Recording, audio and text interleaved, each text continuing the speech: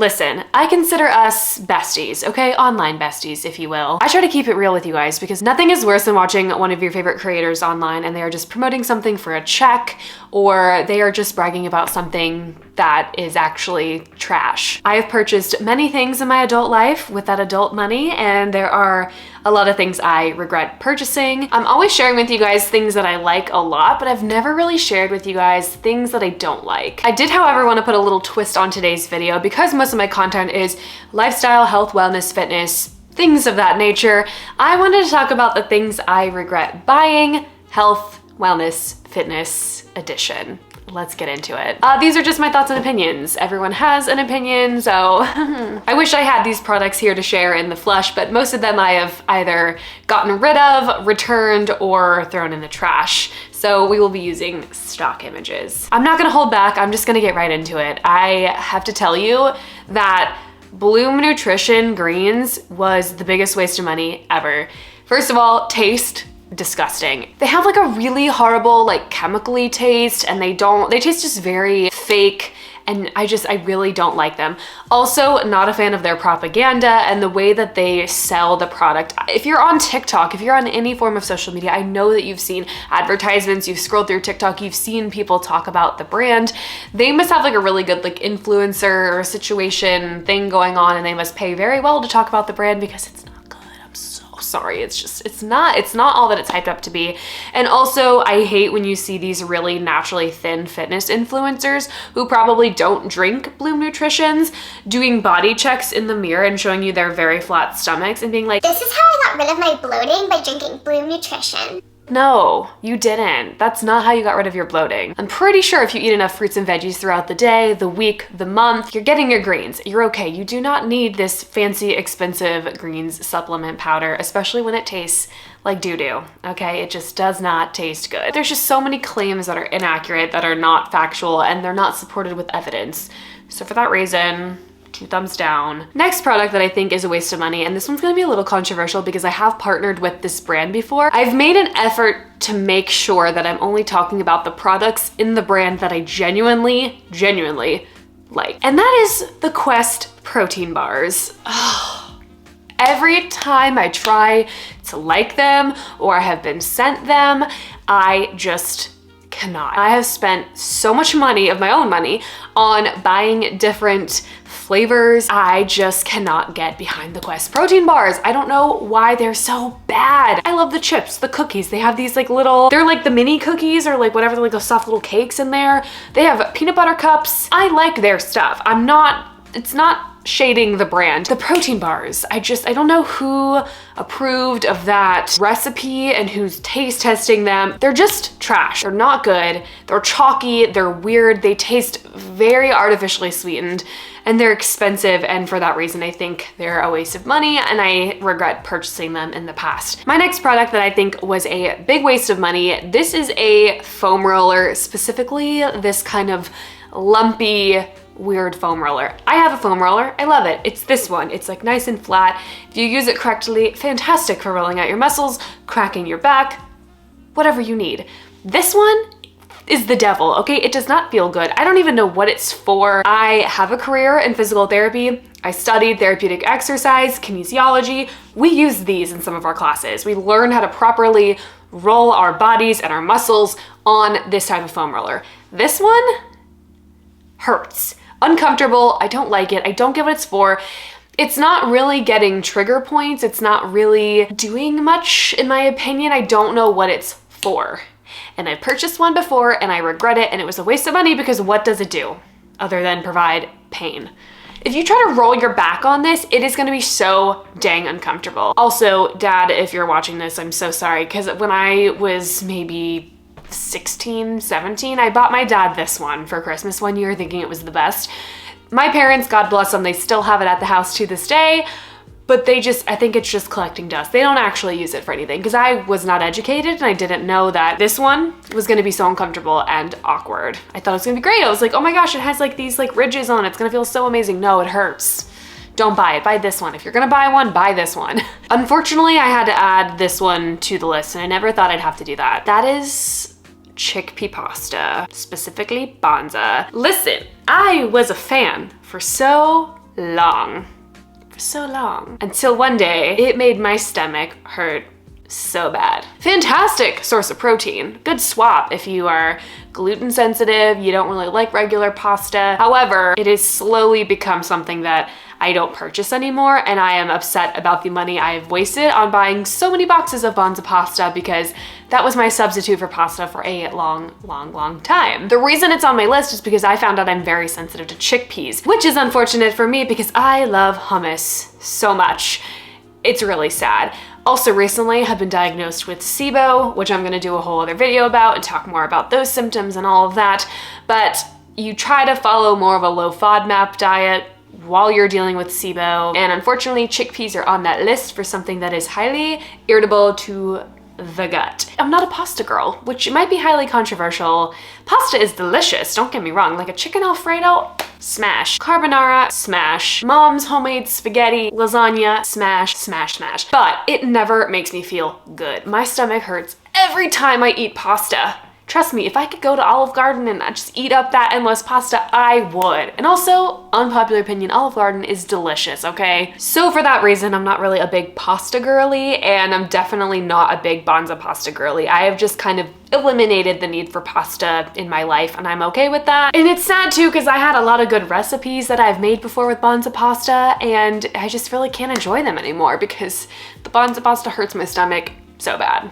And for that, it's a purchase I regret. Speaking of food and things that I wasted my money on that didn't really do a whole lot for me was the at-home food sensitivity test. Now I have a whole video about this. I purchased with my own money the Everlywell food sensitivity test that you can do at home. I pricked my little fingers, got the blood, sent the test away, and got the results back. After I made that video, I did a whole deep dive on the internet, which I did like a small dive before I did the test, but then I did a deep dive afterward and kind of found out that they are kind of a scam. Not saying anything bad about the Everlywell brand specifically, but just the at-home food sensitivity test in general. When I took that test, and you're welcome to go watch that video, it told me I was sensitive to pretty much everything. Egg whites, like all these random foods that I don't even eat a lot of, and it didn't really have the explanations why, and it just kind of seemed very generic, like, oh, you're sensitive to this, oh, you're sensitive to this. I think in general, food sensitivity tests can be kind of, whether you do them with a doctor or even on your own, I don't know how much evidence really supports it. I think there's different ways to figure out if you're sensitive to things, like a food elimination diet. And if I remember correctly, I think that test was $150. It was pretty expensive, and it just didn't give me the results I was hoping for, and I don't think it told me enough about myself and my food sensitivities. Kind of like those 23andMe kits, like I don't really know if I trust what they're saying. But again, just my opinion. Do with that what you will. Next on the chopping block, I'm absolutely roasting melatonin. Granted, it's not a very expensive supplement, but I have purchased it multiple times in my life and I regret it at this point. Waste of money. And if anything, it's gonna make you wake up feeling more groggy and more tired and not very well rested. That's how I felt every single time I take melatonin. And you know what? I even still have some in my bedside table here that I need to get rid of because honestly, they're probably expired. Yes, these expired October 2021. That is how long it's been since I probably even looked at this bottle, because every time I took a melatonin when I really needed to fall asleep, when I had a very busy day the next day, I was going to bed late, this shit made me feel so tired the next day. It made me feel groggy. I was even more tired than probably just pulling an all-nighter.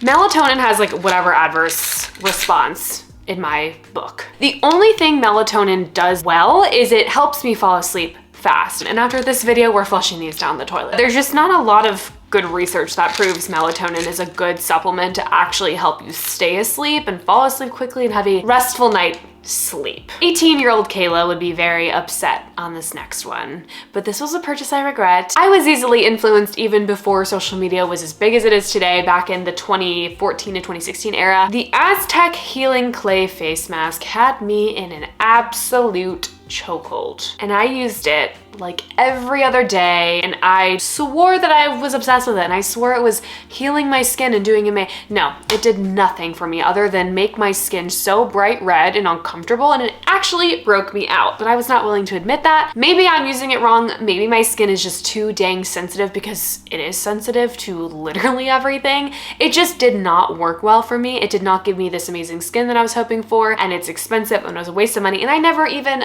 went through that full tub. Like, I got the tub of it. I probably barely used a fourth of it. Like, there's no way I got its money's worth, unfortunately, so it ended up being like a waste of money for me. Another controversial waste of money is pre-workout in general, but the Alani Nu pre-workout, not a fan. If you use pre-workout and it gets you through your workout, I'm so happy for you. I love that for you. I love that for you. I cannot get over the sensation of the itchiness that comes with pre-workout. I feel like I am on drugs. I don't like when my face itches and I feel tingly everywhere. There's something in pre-workout. There's whatever ingredient makes your body have that sensation. I can't stand that. I already talk fast and do things fast, and I'm already hyperactive. I don't need something in something to make me feel like I'm on drugs, okay? I just don't need that in my life. I don't like scratching, and that's what pre-workout does to me. I'm like, want to dig my eyeballs out. No one told me about that either, by the way. Before I bought my first pre-workout, which was not Alani Nu, no one told me it made me itch. So I thought I was having an allergic reaction, and then I had a panic attack.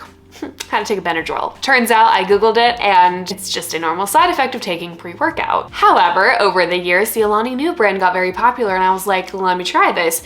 Pretty sure the pre-workout was fairly expensive, maybe $20, $30, $40 for a little bottle of it, and flavor-wise, just not good. I'm pretty sure I bought whatever their most popular one was. Maybe it was like a blue raspberry. It was something quite popular. It tasted bad in water. I did a dry scoop one time, big mistake. Just a lot of disappointment for me while trying the pre-workout. I like drink water and have like a little carb snack, a piece of fruit, and then that's my pre-workout. I'm not into it, not the vibe. It's a no from me. This was another purchase that I made back in the day, thinking this was like the epitome of fitness. I was gonna use this thing all the time. It was the best thing ever. And it turns out it's just sitting in my closet, not really being used. And that is booty bands. I feel like that's a great like intro to working out. That's a great intro to like resistance training. But someone that now, I would say for me, I'm not like an expert in the gym, but I'm definitely past like the beginner and intermediate phase of working out. I know my way around a gym. I don't need to use the booty bands anymore. I no longer need to do these like very basic resistive exercises with the band. Banded workouts are still fantastic. I do them all the time. I do them when I strength train at the gym. I do them in Pilates. Like, I still do it. It's just specifically the booty bands to try to grow the booty or like use them as a substitute to free weights. Not really my vibe, which is why I now think that they're a waste of money, because not only do they promote this like huge butt and these like lifted glutes and thighs and whatever, I just don't really think that they're making the impact that you would think they would during your workout. Not saying they're a terrible thing to have, but they just don't work well for me. I don't like using them, and for that, they were a waste of money. There have been several times that I've fallen victim to very popular name brand workout apparel and certain brands, and again, fitness influencers that swear by these certain products and these certain pieces of apparel. And I fell victim of Gymshark leggings in like the height of their popularity. They're still very popular, but when they were like really peak on the internet. And I bought a pair, very expensive by the way. They were not anything amazing. I have found better dupes on Amazon. I have gotten better leggings from Aerie and Target,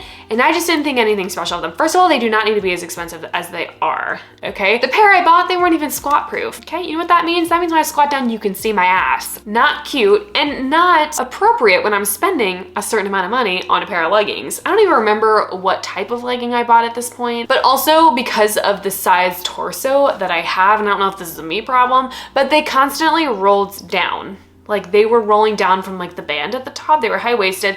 They would constantly roll. I would do a squat, come up, they'd be rolled down. I'm like, why are they moving? If I spent this much money, they should be staying in place. I should be able to squat with no one seeing my ass, and they should be great. And I think too, they didn't even have like that good absorbent material, so you could see the sweat everywhere. I'm not like a big fan of all these big expensive brands. I think like Aloe is another big one. I have not purchased anything from them, but I think a lot of their products are very expensive, and for what? I just sometimes can't get behind the big name brand, especially when the quality is just not there, in my opinion. As always, if you made it this far in the video, thank you so much for watching, and let me know if you guys have anything that you regret purchasing, anything at all, share it in the comments below. And if it's health and wellness related, I'm extra curious because I know I can't be the only one that's wasted my money on some things in the past. Thank you so much for watching, and I'll see you in the next video.